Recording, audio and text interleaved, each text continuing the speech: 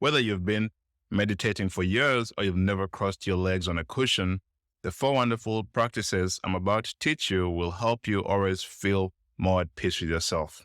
Let's look at how these time-tested practices can help you meditate and change not only your thoughts, but also change the way you see your life.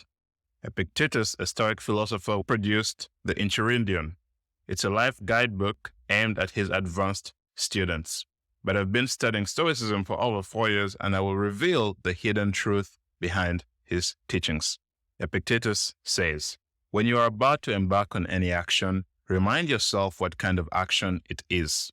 If you are going to take a bath, set before your minds the things that happen at the bath, that people will splash you, that people knock up against you, that people will steal from you. And you'll be more confident in carrying out the action if you tell yourself right away, I want to take a bath, while also ensuring that my choice is in accordance with nature. And take the same approach in every activity you take. So if something gets in your way while you are bathing, you'll be prepared to remind yourself, well, this wasn't the only thing I wanted to do, but I also wanted to keep my choice in harmony with nature. And I won't keep it that way if I become annoyed at what is happening. Epictetus mentions a Roman bath. People would come to the bath to rest, socialize, and even pray to the goddess Minerva. The Romans believed that praying to the goddess would bring them good luck and heal them. And during the bath, people would splash you, knock you over, and steal from you. Roman baths are not available to us today, but we may still apply the experience to our lives. Before starting any action, one should remind oneself of the nature of the mission and any potential problems that may arise. This mental preparation helps to set realistic expectations and to remain undisturbed by inconveniences. If you want a healthy physique, you must be prepared to deal with the challenges that come with it. Maintaining a disciplined exercise routine, making healthy food choices, and overcoming any physical limitations or setbacks are examples of all of this. If you desire high-paying work, you must be prepared for the challenges that come with high competition and expectations. Recognize that there may be setbacks along the path, such as constant rejection or the need to constantly upgrade your skills. If you want to find love, be prepared for the challenges. Finding true love is difficult because it requires vulnerability and heartbreak. Fear of commitment or rejection could be part of it. It is difficult to find someone who matches your personality, activities, and life goals. Building a long-term relationship takes time, communication, compromise, and understanding. Therefore, finding love involves patience, resilience, and an open mind to overcoming obstacles, and we should always have this in mind if that is our goal. According to an IOL survey, the average person worries for 5 years of their life. I usually write down all of my fears in my iPhone Notes app, and I discovered that 90% of them never come true. While it may be impossible not to worry, what if we shorten these 5 years?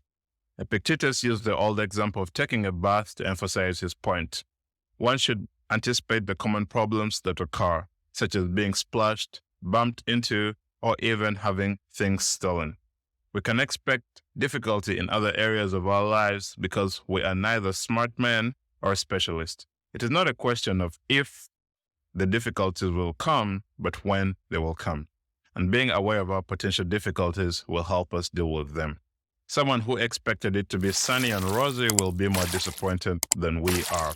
We understand that a fight is part of the game, and we need to focus on what we can control and leave the rest to nature. It is difficult to plan for all possible challenges, but you can plan for the most common ones and leave the rest to nature. Now, the third habit.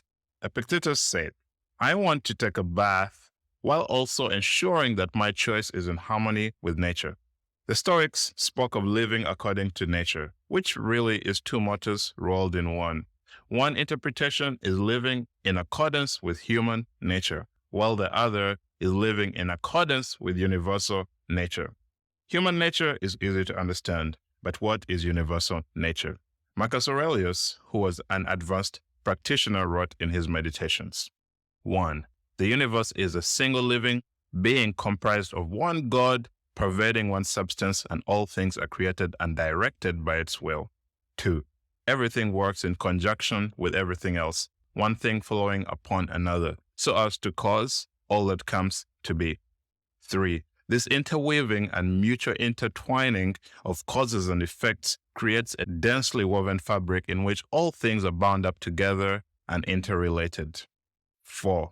This process is intelligent in that reason governs it, and that the reason that pervades the densely woven fabric of the universe is common to all intelligent creatures, in that we all have this intelligence in us. And 5, this intelligence has no capacity for bringing about anything bad, for it cannot do anything wrong and cannot be injured by it, in that everything is made to contribute to the benefit of everything else in exactly the right way. Basically, all of these points mean that the world has universal reason, and we are that universal reason. We all compromise of it. Everyone has a little bit of it in him. So when they say that you have God in you, what they really mean is that you have this universal reason in you. So to live in harmony with universal nature, we must recognize and accept that our experiences are not random, but rather a part of a greater, more intelligent plan. You must trust that everything happens for a purpose and accept the natural flow of life. The Stoics were always at peace and joyful, knowing that if they aligned their actions and ambitions with the way the universe works, they were precisely where they were supposed to be. Knowing this enabled them to face life's challenges with grace and attitude, knowing that each incident would help them grow and evolve. Getting annoyed or upset would mean that they were not making decisions that were in accordance with nature. And the 4th habit, acting with reservation. The safest policy is rarely to tempt fortune, but to keep her always in mind and to trust her in nothing. Thus, we should say to ourselves, I will sail unless something happens. I will become the judge unless something happens, and my business will succeed unless something interferes. That is why we say nothing happens to a wise man against his will. If something gets in the way of an action, we must be flexible and remember that the purpose is not only to finish the action, but to also be calm and in harmony with nature. When faced with hardship, we must display another virtue. Maintaining our composure and patience is important, and if we do so, we will most likely be able to analyze the situation with greater understanding. And we must decide whether we can still achieve our goal in a different way or if we must abandon it. When circumstances change, the Stoic must be able to accept new duties and goals without becoming frustrated or enraged. My car broke down while I was driving. Then now you must stop driving and fix damaged cars. My loan was denied by the bank manager. Now you have to change your plans. But I was going to work for myself. You should think about it again. Is it really beneficial to be angry? But that foolish manager didn't understand my business plan. And who said that you'd have an outstanding bank manager? The Discourses by Epictetus, A Guide to Stoic Living by Keith Sidon, and Letters from a Stoic by Seneca are where the key ideas for this video come from. If you liked the video and found value in it, please subscribe to the channel and comment what you think below. Thank you.